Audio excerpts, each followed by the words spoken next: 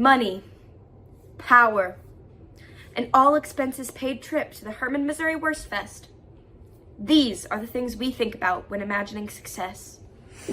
Hi, welcome back to Cass is bored and is making it your problem. Today, we'll be talking about success. You know, if you were to ask a random person on the street what their definition of success was, they'd probably say something along the lines of having a ton of money or being the CEO of a Fortune 500 company.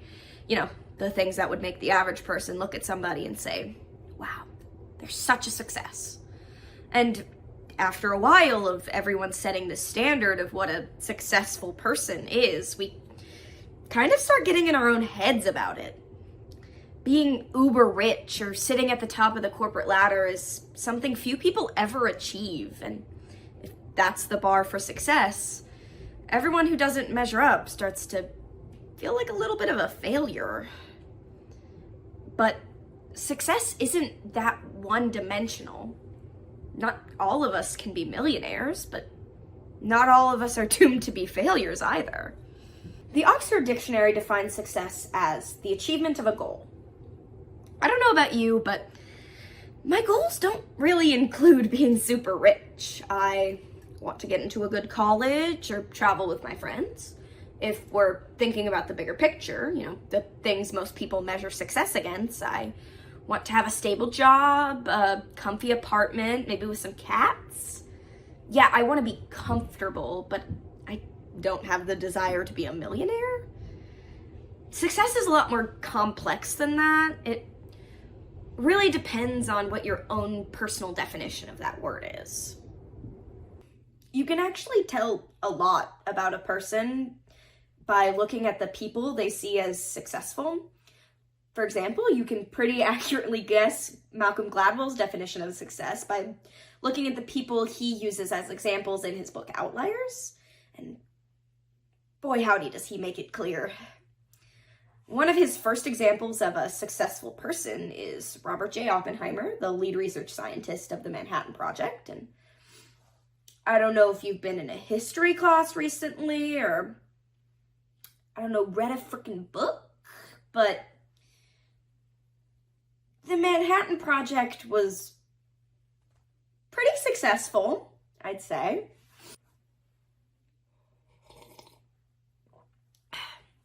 According to FAS.org, as head of the Los Alamos National Laboratory, the lab where they made the bomb, Oppenheimer was given a salary of $10,000 a year. In today's money, that comes out at around $255,000 a year. Our friend Bobby was certainly not short on cash and any means. Gladwell also uses the Beatles and Bill Gates, worth 2.6 and 108.9 billion, respectively.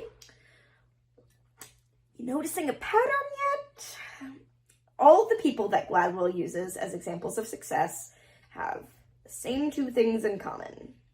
They are nationally acclaimed in their field and are making a crap ton of money. That is Gladwell's definition of success.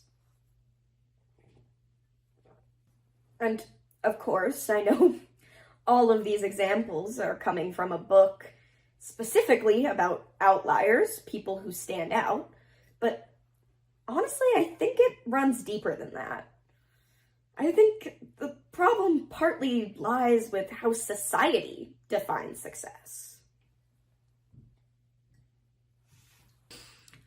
We, as people in a capitalistic social structure, have learned to view wealth as the end-all be-all of a person's accomplishments. We see this belief play out in ideas such as the American dream. A man goes off and works while the wife stays home and tends to their house and their 2.5 children. But all of that takes money, and a lot of it. Having a child costs a lot of money. On average, to care for just one child for a year costs $17,500. That's just the expense to care for a child. It doesn't include mortgage costs or groceries or heating and electric bills. Living nowadays has become so expensive. You almost need to be a millionaire to be able to live the American dream in 2025.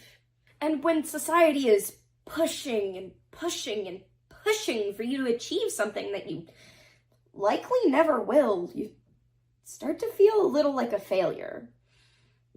And then you see how these so-called outliers have done for themselves, and you feel a lot like a failure.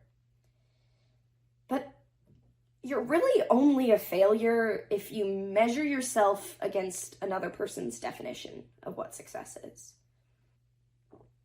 An article published by St. John's University gives a really good explanation for why.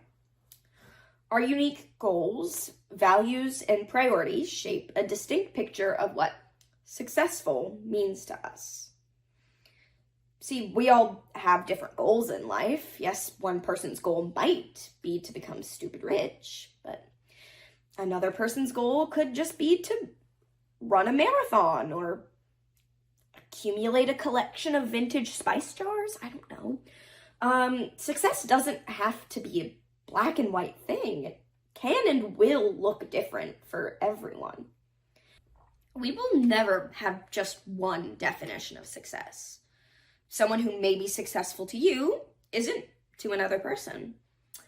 For example, I don't think Oppenheimer was a very successful person.